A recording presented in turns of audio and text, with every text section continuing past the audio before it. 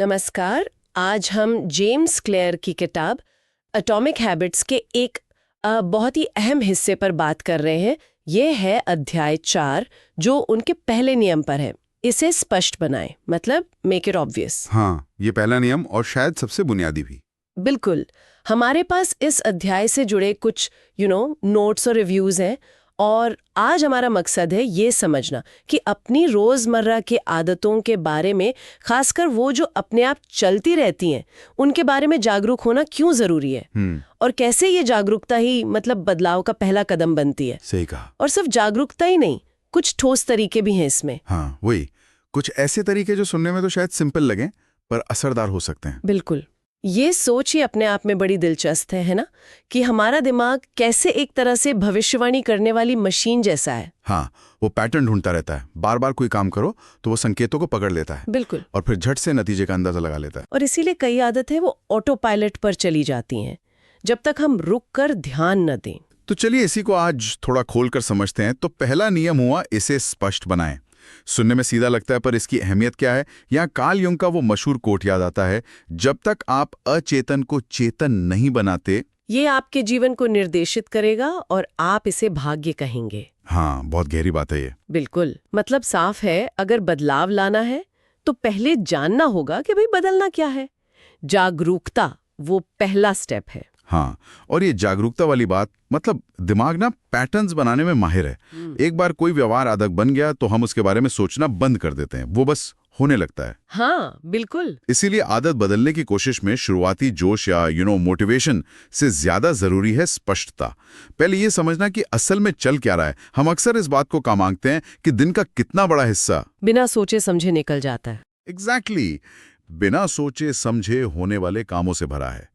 ये जागरूकता उस ऑटो पायलट को बंद करने का स्विच है, कम से कम कुछ देर के लिए। और इसका एक पहलू ये भी है कि बिना जागरूकता के हम अनजाने में ऐसी आदतें पाल लेते हैं जो शायद हमारे लिए अच्छी हैं ही नहीं। और ये जागरूकता सिर्फ बुरी आदतों के लिए नहीं है, है ना? अच्छी आदतों को समझने के लिए भी जरूरी है। किताब में वो पैरामेडिक वाली कहानी का जिक्र है।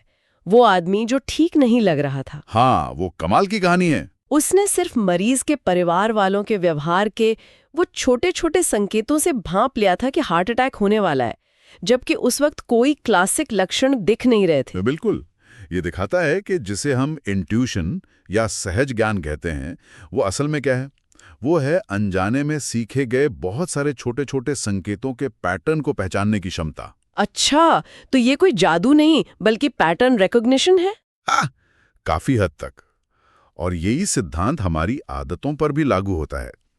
हर आदत का एक ट्रिगर होता है, एक संकेत। वो पैरामेडिक अनजाने में उन संकेतों को पढ़ना सीख गई थी। हमें सचेत रूप से अपनी अच्छी और बुरी आदतों के संकेतों को पहचानना सीखना होगा। तो इसका प्रैक्टिकल मतलब क्या हुआ? इसका सीधा सा व्यवहारिक मतलब निकलता है, अच्छी आदत डालनी है तो उसके संकेत को अपने माहौल में एकदम सामने रखो, स्पष्ट और आकर्षक बनाओ। और अगर बुरी आदत छोड़नी है तो उसके संकेत को छुपा दो, मुश्किल बना दो, या हो सके तो गायब ही कर दो। यही है पहले नियम का सार, संकेतों के साथ खेलना। बिल्कुल। और ये सुनने में जितना आसान लगता है उतना है नहीं, क्योंकि कई संकेत बहुत छुपे हुए होते हैं, सब्टल होते हैं। सही बात है। तो इन छिपे हुए संकेतों को पहचानने और मतलब जागरूकता बढ़ाने के लिए कुछ तरीके भी बताए गए हैं किताब में। पहला है habit score card. Habit score card. हाँ, ये नाम सुनने में थोड़ा फॉर्मल लगता है। हाँ, जैसे कोई बिजनेस टूल हो, पर है बहुत सीधा साधा तरीका। अपनी सुबह से रात तक की दिनचर्या को बस लिखना है क्रम से, हर छोटा बड़ा काम। और फिर हर काम के आगे निशान लगाना है। प्लस अगर ये अच्छी आदत है, मतलब आपके लक्ष्यों की तरफ ले जाती है। माइनस अगर ये नुकसानदेह है, पीछे खींचती है। और इक्वल्स अगर ये न्यूट्रल है, तटस्थ। अच्छा, तो ये एक तरह से खुद का ऑडिट हो गया। हाँ, बिल्कुल।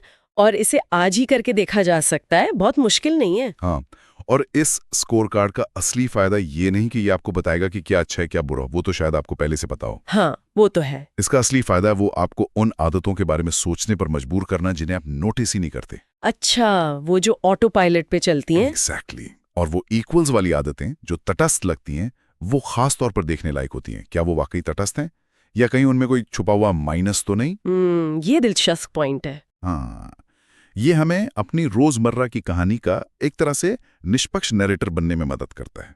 अच्छा, ये तो हुआ अपनी आदतों को देखने का तरीका, लेकिन उन आदतों को करते समय, उसी पल में ज्यादा जागरूक कैसे बने? इसके लिए वो दूसरी तकनीक है, पॉइंटिंग एंड कॉलिंग। हाँ, इंगित करना और बोलना, ये जापान की रेलवे से आया है ना?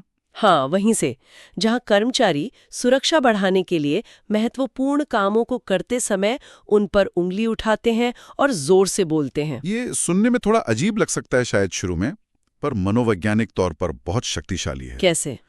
देखिए, जब आप किसी ऑटोमेटिक काम को करते हुए उसे जोर से बोलते हैं, तो आप उसे अपने अचेतन दिमाग से खींचकर चेतन मन के सामने लाते हैं।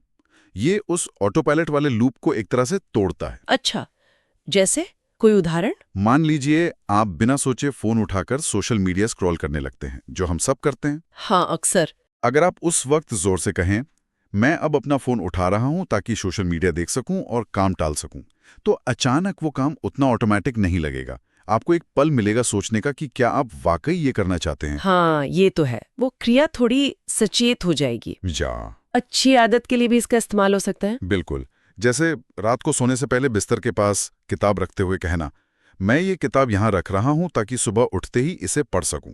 ये उस इरादे को और मजबूत करता है। तो ये पॉइंटिंग एंड कॉलिंग एक तरह से हमारी आदतों पर स्पॉटलाइट डालने जैसा है, ठीक उसी वक्त जब वो हो रही हैं। बिल्कुल, खासकर उन हॉटस्पॉट्स में, मतलब वो पल या स्थितियां जहां आप किसी खास, अक्सर बुरी आदत की तरफ खिंचते हैं। उन पलों में इस तकनीक का इस्तेमाल उस ऑटोमेटिक रिएक्शन को धीमा कर सकता है, आपको सोचने का मौका दे सकता है। और ये मल्टी सेंसरी भी है, आप देख रहे हैं, बोल रहे हैं, सुन रहे हैं। हाँ, जिससे वो क्रिया दिमाग में ज्यादा रजिस्टर होती है। सही कहा। ठीक है, तो हमने अपनी आदतों को पहचाना स्कोर कार्ड से और उन्हें करते वक्त जागरूक हुए पॉइंटिंग एंड कॉलिंग से। अब अगला कदम, यहां बात आती है इम्प्लीमेंटेशन इंटेंशन की, कार्यान्वयन इरादा। हाँ, ये बहुत महत्वपूर्ण है। हम सब अच्छी आदतें बनाना चाहते हैं। मैं ज्यादा कसरत करूंगा, मैं ज्यादा हेल्दी खाऊंगा। हाँ, ये तो आम इरादे हैं। लेकिन ये इरादे बहुत धुंधले होते हैं, अस्पष्ट। इम्प्लीमेंटेशन इंटेंशन इसे स्पष्ट करता है। इसका एक सीधा सा फॉर्मेट है, मैं समय पर जगह पर ये व्यवहार करूंगा, करूंगी। ओके, तो ये स्पेसिफिक बना देता है। हाँ, ये अस्पष्ट इच्छा को एक विशिष्ट संकेत, समय और जगह से जोड़ देता है। ये आपके दिमाग को एक क्लियर इंस्ट्रक्शन देता है कि कब और कहां एक्शन लेना है। और रिसर्च क्या कहती है इस बारे में? रिसर्च बताती है कि सिर्फ इतना करने भर से किसी आदत को अपनाने की संभावना डबल या ट्रिपल हो सकती है। ये असल में भविष्य के लिए एक फैसला पहले से ले लेने जैसा है, ताकि उस पल में विल पावर या मूड पर निर्भर न रहना पड़े। अच्छा, तो मैं ज्यादा पढ़ूंगी की बजाय? हाँ, उसकी बजाय मैं रोज शाम 7 बजे खाने के बाद अपने स्टडी रूम में 15 मिनट के लिए किताब पढ़ूंगा या पढ़ूंगी। हाँ, ये कितना स्पष्ट है। इसने पढ़ने के लिए एक समय तय कर दिया, शाम 7 बजे खाने के बाद, और एक जगह, स्टडी रूम। ये सीधे तौर पर संकेत को स्पष्ट बना रहा है। और ये संकेत जितना विशिष्ट होगा उतना बेहतर। दोपहर में कसरत करूंगा से बेहतर है लंच ब्रेक के बाद ठीक 1 बजे ऑफिस के पास वाले जिम में 30 मिनट कसरत करूंगा। इसने संकेत लंच ब्रेक के बाद 1 बजना को एक्शन जिम जाना से मजबूती से जोड़ दिया। समझ गई। इसी से जुड़ा हुआ एक और बहुत पावरफुल आइडिया लगता है, एनवायरमेंटल डिजाइन, पर्यावरण डिजाइन, मतलब अपने आसपास के माहौल को ही बदल देना। हाँ, ये एक ऐसा पहलू है जिसे लोग अक्सर नजरअंदाज कर देते हैं। सच में? क्यों? हम सोचते हैं कि आदतें इच्छा शक्ति का खेल हैं, विल पावर का, लेकिन माहौल का प्रभाव कहीं ज्यादा गहरा हो सकता है। एनवायरमेंटल डिजाइन का मतलब है जानबूझकर अपने माहौल में मौजूद संकेतों को बदलना। चाहते हैं तो फलों को फ्रिज में पीछे रखने की बजाय काउंटर पर एक सुंदर कटोरे में सजा कर रखें। अच्छा, तो वो दिखेगा। हाँ, ये एक विजुअल क्यू है, एक संकेत जो आपको फल खाने की याद दिलाएगा। और बुरी आदतों के लिए इसका उल्टा? बिल्कुल, अगर टीवी देखते हुए स्नैक्स खाने की आदत है तो स्नैक्स को किचन की सबसे ऊंची शेल्फ पर रखो, पीछे की तरफ। सिर्फ ये छोटा सा बदलाव भी उस आदत को मुश्किल बना सकता है। हाँ, आलस आ जाएगा लाने में। सही। या अगर फोन पे बहुत समय बर्बाद होता है तो सोशल मीडिया एप्स को होम स्क्रीन से हटाकर किसी फोल्डर के अंदर छुपा दें। हाँ, ये मैंने किया है। हाँ, थोड़ा फर्क पड़ता है। ये out of sight out of mind वाला सिद्धांत है जिसे हम अपने फायदे के लिए इस्तेमाल कर सकते हैं। सही कहा। और इन्वायरमेंटल डिजाइन का सबसे अच्छा पहलू क्या है? मेरे ख्याल से सबसे शक्तिशाली पहलू ये है कि ये एक बार किया जाने वाला बदलाव है जो लगातार काम करता रहता है। आपको रोजाना विल पावर का इस्तेमाल करने की जरूरत नहीं पड़ती। आपका माहौल ही आपको सही दिशा में धकेलता रहता है। वाह, ये तो पैसिव तरीके से आदतों का आकार देना हुआ। हाँ, ये आपके आलस को आपके फायदे के लिए इस्तेमाल करने जैसा है। अगर अच्छी चीजें सामने हैं, आसान है, तो आप उन्हें ही करेंगे। और ये सब बातें पिछले अध्यायों से कैसे जुड़ती हैं, ये समझना भी जरूरी है। हाँ, वो कनेक्शन बताइए। अध्याय 2 में पहचान की बात हुई थी कि आदतें इस बात का सबूत होती हैं कि आप किस तरह के इंसान बनना चाहते हैं। अध्याय 3 ने वो 4 स्टेप वाला मॉडल दिया था: संकेत, लालसा, प्रतिक्रिया, इनाम। Q, craving, response, reward. हाँ, वो लूप। तो ये अध्याय 4 सीधे उस पहले स्टेप, संकेत यानी क्यू पर फोकस करता है। ये सिखाता है कि अपनी मनचाही पहचान से जुड़ी आदतों के संकेतों को कैसे स्पष्ट बनाया जाए, कैसे विजिबल बनाया जाए, ताकि वो आदतें शुरू करना आसान हो जाए। ये उस आदत लूप को किक स्टार्ट करने का तरीका है। बिल्कुल। और ये सारे तरीके, habit score card, pointing and calling, implementation intention, environmental design, इनकी खूबी ये है कि ये बहुत प्रैक्टिकल लगते हैं, है ना? हाँ, बिल्कुल। इन्हें किसी भी एरिया में लागू किया जा सकता है। सेहत हो, काम हो, सीखना हो, रिश्ते हों। ये कोई भारी भरकम फिलॉसफी नहीं, बल्कि ठोस कदम है जिन्हें कोई भी उठा सकता है। हाँ, ये व्यावहारिक तो हैं, लेकिन यहाँ एक सावधानी भी बरतनी चाहिए। अच्छा, क्या? कई बार लोग सोचते हैं कि सिर्फ अपनी आदतों के बारे में जागरूक होना ही काफी है। जैसे स्कोर कार्ड बना लिया, बस हो गया। लेकिन अगर आपका माहौल लगातार आपको पुरानी आदतों की तरफ खींच रहा है, तो सिर्फ जागरूकता से ज्यादा बदलाव नहीं आएगा। हाँ, ये बात तो है, माहौल का असर। असली और टिकाऊ बदलाव तब आता है जब आप जागरूकता, score card, pointing and calling को action, implementation intention, environmental design के साथ मिलाते हैं। आपको अपनी आदतों को पहचानना भी है और फिर उनके संकेतों को अपने माहौल में जानबूझकर बदलना भी है। ये दोनों साथ मिलकर काम करते हैं। ये बहुत जरूरी पॉइंट है। सिर्फ जानना काफी नहीं, करना भी पड़ेगा। क्रिएटर्स या जिनका काम प्रोजेक्ट बेस्ड होता है, उनके लिए भी एक सुझाव था, वो प्रोडक्शन क्यू स्टैक बनाना। हाँ, प्रोडक्शन क्यू स्टैक। ये इम्प्लीमेंटेशन इंटेंशन और एनवायरमेंटल डिजाइन का मिला जुला रूप है, कह सकते हैं। जैसे कोई राइटर तय कर सकता है, हर सुबह 9 बजे अपनी कॉफी के साथ मैं अपना लैपटॉप खोलूंगा, राइटिंग सॉफ्टवेयर खोलूंगा और 5 मिनट के लिए सिर्फ आइडियाज लिखूंगा। ये तो इम्प्लीमेंटेशन इंटेंशन जैसा हुआ। हाँ, और साथ ही वो अपनी डेस्क साफ रखेगा और फोन को दूसरे कमरे में छोड़ देगा। ये एनवायरमेंटल डिजाइन हो गया। अच्छा, तो ये काम शुरू करने की पूरी प्रक्रिया को छोटे स्पष्ट संकेतों में तोड़ देता है। बिल्कुल, हर अगला कदम पिछले कदम का संकेत बन जाता है और माहौल को ऐसा बनाया जाता है कि ध्यान भटकने की गुंजाइश कम हो। ये काम शुरू करने में जो एक मेंटल बैरियर होता है ना, जो हिचक होती है, उसे कम करने का एक शानदार तरीका है। हाँ, वो शुरुआती जड़ता। एग्जैक्टली, संकेतों को स्पष्ट करके आप शुरुआत को आसान बना देते हैं। तो अगर हम इस पूरी चर्चा को समेटें, तो मुख्य संदेश क्या निकलता है?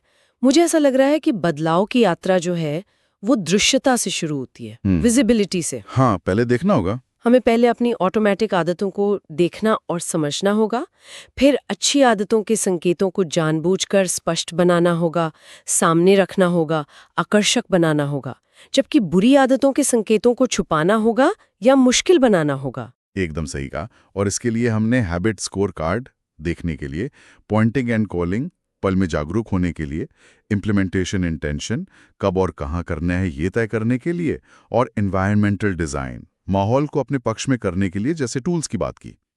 हाँ, और अंतिम लक्ष्य सिर्फ जानना नहीं है, बल्कि संकेतों को इस तरह से व्यवस्थित करना है कि सही काम करना लगभग अपने आप हो जाए, कम से कम इच्छा शक्ति के साथ। वाह, यही है पहले नियम, इसे स्पष्ट बनाए का असली मतलब।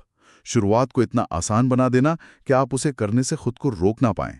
तो यही थी हमारी आज की बातचीत एटॉमिक हैबिट्स के अध्याय 4 के इर्द गिर्द, जो हमें आदतों के संकेतों की शक्ति और उन्हें अपने पक्ष में इस्तेमाल करने के तरीके सिखाता है। हाँ, काफी कुछ सीखने को मिला। और जाते जाते एक सवाल सोचने के लिए छोड़ जाते हैं। जरूर। आज जब हमारा इतना सारा समय डिजिटल दुनिया में बीतता है, फोन पर, कंप्यूटर पर, तो कोई व्यक्ति अपने इस डिजिटल माहौल को, जैसे फोन की होम स्क्रीन, कंप्यूटर का डेस्कटॉप, नोटिफिकेशंस या सोशल मीडिया का उपयोग, इसे कैसे जानबूझकर रीडिजाइन कर सकता है ताकि ये माहौल अनजाने में ध्यान भटकाने के बजाय सचेत और इरादतन कामों को बढ़ावा दे। ये बहुत प्रासंगिक सवाल है आज के समय में। एनवायरमेंटल डिजाइन का डिजिटल वर्जन। बिल्कुल, इस पर सोचना दिलचस्प होगा। इसी विचार के साथ आज की ये चर्चा यहीं समाप्त होती है।